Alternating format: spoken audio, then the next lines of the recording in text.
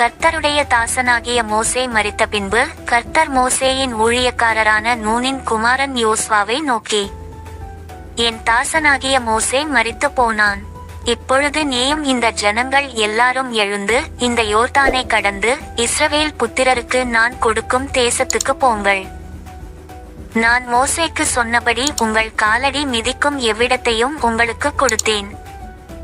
வனாந்தரமும் இந்த லீபனோனும் தொடங்கி ஐபிராத்து நதியான பெரிய நதி மட்டும் உள்ள ஏத்தியரின் தேசம் அனைத்தும் சூரியன் அஸ்தமிக்கிற திசையான பெரிய சமுத்திரம் வரைக்கும் உங்கள் எல்லையாயிருக்கும். நீ உயிரோடிருக்கும் நாளெல்லாம் ஒருவனும் உனக்கு முன்பாக எதிர்த்து நிற்பதில்லை. நான் மோசேயோடே இருந்தது போல உன்னோடும் இருப்பேன். நான் உன்னை விட்டு விலகுவதுமில்லை, உன்னை கைவிடுவதுமில்லை. பலங்கொண்டு திடமனதாயிரு.